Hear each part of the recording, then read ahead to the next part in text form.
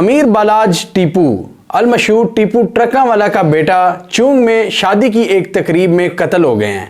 कल रात ये चुंग के इलाके में एक शादी में शरीक थे जहां पर नामालूम अफराद ने इनको कत्ल कर दिया।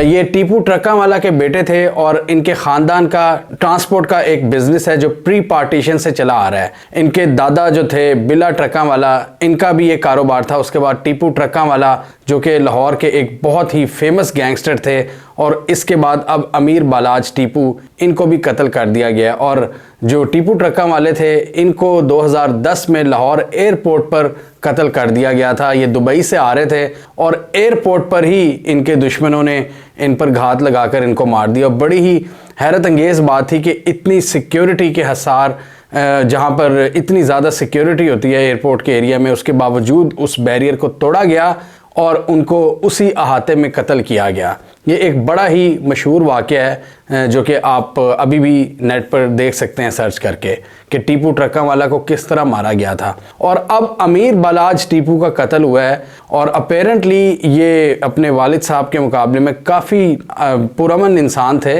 अमन को पसंद करते थे, और इन्होंने बहुत सी जो इनकी पुरानी दुश्मनियाँ थीं इनको ख़त्म करने का भी इंदिया दिया था। और इन्होंने कहा था कि इन दुश्मनियों का कोई फ़ायदा नहीं, ये एक ज़हनी टेंशन है, और इन्होंने अमन का पैगाम दिया था। एक यंग खूबसूरत लड़का था जो हार्डली आई थिंक 30 साल का था, उसको इन्होंने इसी एज में मार दिया, और इसका अमन का पैगाम शायद इनके जो दुश्मन थे उनको रास नहीं आया और उन्होंने दुश्मनी को प्रेफर किया है। अभी ये जो वाक़या हुआ है इसमें 2 अननोन लोगों ने शादी की तकरीब पर इन पर फायर खोले, और जवाबन इनके जो गार्ड थे उन्होंने भी जो हमलावर थे उन पर फायर खोले, और एक हमलावर मौके पर जान बहक हो गया, और इनके जो 2 दोस्त थे बालाज के वो भी शदीद ज़ख्मी हो गए हैं। और फिर सोशल मीडिया पर हमने ये भी देखा कि अमीर बालाज के बहुत से सपोर्टर्स में दुख और गुस्से की एक कैफियत पाई जाती है, और बहुत सी औरतें रो रही थीं और बहुत से जो लोग थे इनके चाहने वाले वो काफ़ी परेशान थे। अब इनके कत्ल के बाद बहुत सी चहमगोइयाँ हो रही हैं कि इस पूरे वाक़े में कौन मुलव्विस है। जो लाहौर की अगर आम चैटर की बात करें, जो गपशप जो हो रही है, जो गॉसिप है, उसके मुताबिक जो तीफ़ी भट्ट और गोगी भट्ट हैं वो इसमें मुलव्विस है, क्योंकि इनकी पुरानी एक दुश्मनी है, और जो कत्ल का पर्चा है वो भी इनके ख़िलाफ़ दर्ज हुआ है। इनके ही एक रिश्तेदार हैं, उन्होंने गोगी भट्ट और तीफ़ी भट्ट के अगेंस्ट ये पर्चा दर्ज करवाया है कि ये बालाज के कत्ल में मुलव्विस हैं। और बालाज ने जब पुरानी दुश्मनियां ख़त्म करने का भी ऐलान किया था तो इनके साथ जो इनकी दुश्मनी थी वो उधर ही बरकरार थी। इनके बारे में इन्होंने कोई ऐसी बात नहीं की थी कि हम इनसे दुश्मनी ख़त्म कर रहे हैं, क्योंकि टीपू ट्रकावाला के कत्ल में भी इन्हीं का नाम सामने आया था, इन्हीं के खिलाफ FIR दर्ज हुई थी, लेकिन डेफिनेटली उसका कुछ साबित नहीं हुआ मुकदमा। इस हवाले से कुछ मज़ीद लेटेस्ट अपडेट्स आई हैं। हमलावर जिसने बालाज को कत्ल किया था और उसके गार्ड्स ने उस हमलावर को भी मार दिया था, उसकी शिनाख्त कर ली गई है।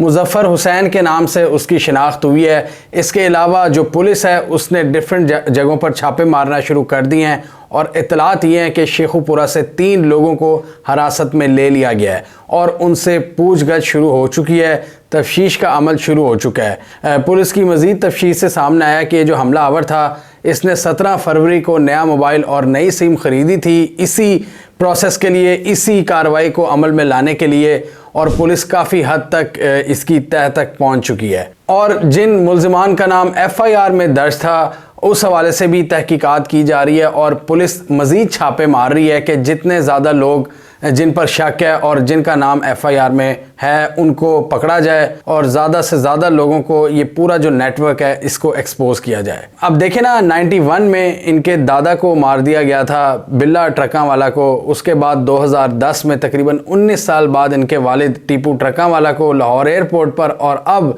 तकरीबन 14 साल बाद बालाज को भी मार दिया गया, 30 साल के एक यंग नौजवान को जिसके 2 बच्चे थे। अब अफसोस की बात यह है कि ये जो खून की होली है ये ख़त्म नहीं हो रही, और हर 10-15 साल बाद ये इनके लोग उड़ा दिए जाते हैं, और इसी तरह बदले में फिर ये लोग भी मारते हैं। तो इस दुश्मनी को अब ख़त्म हो जाना चाहिए। बहुत से लोग इस दुश्मनी में, इस गैंग वॉर में अपनी जान से हाथ धो बैठे हैं और हम उम्मीद करते हैं कि ये सिलसिला ख़त्म हो, पुलिस कार्रवाई अमल में लाए और सख्त से सख्त सज़ा दी जाए जो लोग इस कत्ल में मुलविस हैं। बलाच की बात करें तो इनको पहले भी फंसाने की कोशिश की गई, इनके पास से असलहा भी बरामद हुआ और इनको कोट लखपत जेल में उसी जगह पर भेजा गया जहाँ पर इनके जो दुश्मन थे वो मौजूद थे, यानी वहाँ पर जेल के अंदर इन पर हमले करवाने की कोशिश की गई। और बलाज ने भी हिस्टोरिकली अगर देखा जाए तो अपने दुश्मनों को काफ़ी ज़्यादा थ्रेटन किया हुआ है, उनके घर फायरिंग वगैरह और डराना धमकाना। ये भी जो अपने जो कोर दुश्मन थे इनके साथ फुल इनका वैर था, पूरा इनके साथ एक टसल थी। और जो इन्होंने अमन का पैगाम दिया था वो कुछ दूसरे लोग थे जो इनकी ऑब्वियसली एक दो दुश्मनियाँ नहीं थी, इनकी कई दुश्मनियाँ थीं। जब ये बाहर से आए थे बलाज तो इन्होंने कुछ लोगों के नाम लिए थे और स्पेशली इनके बारे में कहा था कि हमारी मिसअंडरस्टैंडिंग थी जो अब ख़त्म हो गई है। तो इनके साथ इन्होंने काफ़ी हद तक पीस कायम कर लिया था, जिसमें बाबर भट्ट, लखो डेरिया, इसरार भट्ट, शफकत भट्ट और बाद में नून लीग के जो बड़े बड़े नाम थे लाहौर से, जो ज़्यादातर भट्ट हैं, बिलाल यासीन और इमरान नज़ीर वगैरह, ये बीच में पड़े और इन्होंने इनके दरमियान जो मिसअंडरस्टैंडिंग थी वो काफ़ी हद तक कम करवा दी थी। तो इनके साथ तो इनके मामलात काफ़ी बेहतर हो गए थे।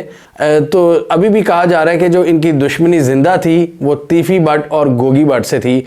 गोगी भट्ट जो लाहौर का पिछले 20 सालों से सबसे बड़ा गैंगस्टर समझा जाता है। अब बलाज टीपू क्लियरली इस वक्त अपने वालिद का जो ट्रांसपोर्ट का काम है उसको मैनेज कर रहे थे, लेकिन मैं देख रहा था बहुत सा लोकल और global media, specially Indian media, वो लिख रहा था कि अंडरवर्ल्ड डॉन बलाज टीपू मारा गया है। हालांकि अंडरवर्ल्ड डॉन वो कोई नहीं था। अगर आप उसके इंटरव्यूज़ वगैरह भी देखें तो वो यही बात करते थे अमन की, या मतलब कहीं से गैंगस्टर वाली फीलिंग नहीं आती थी।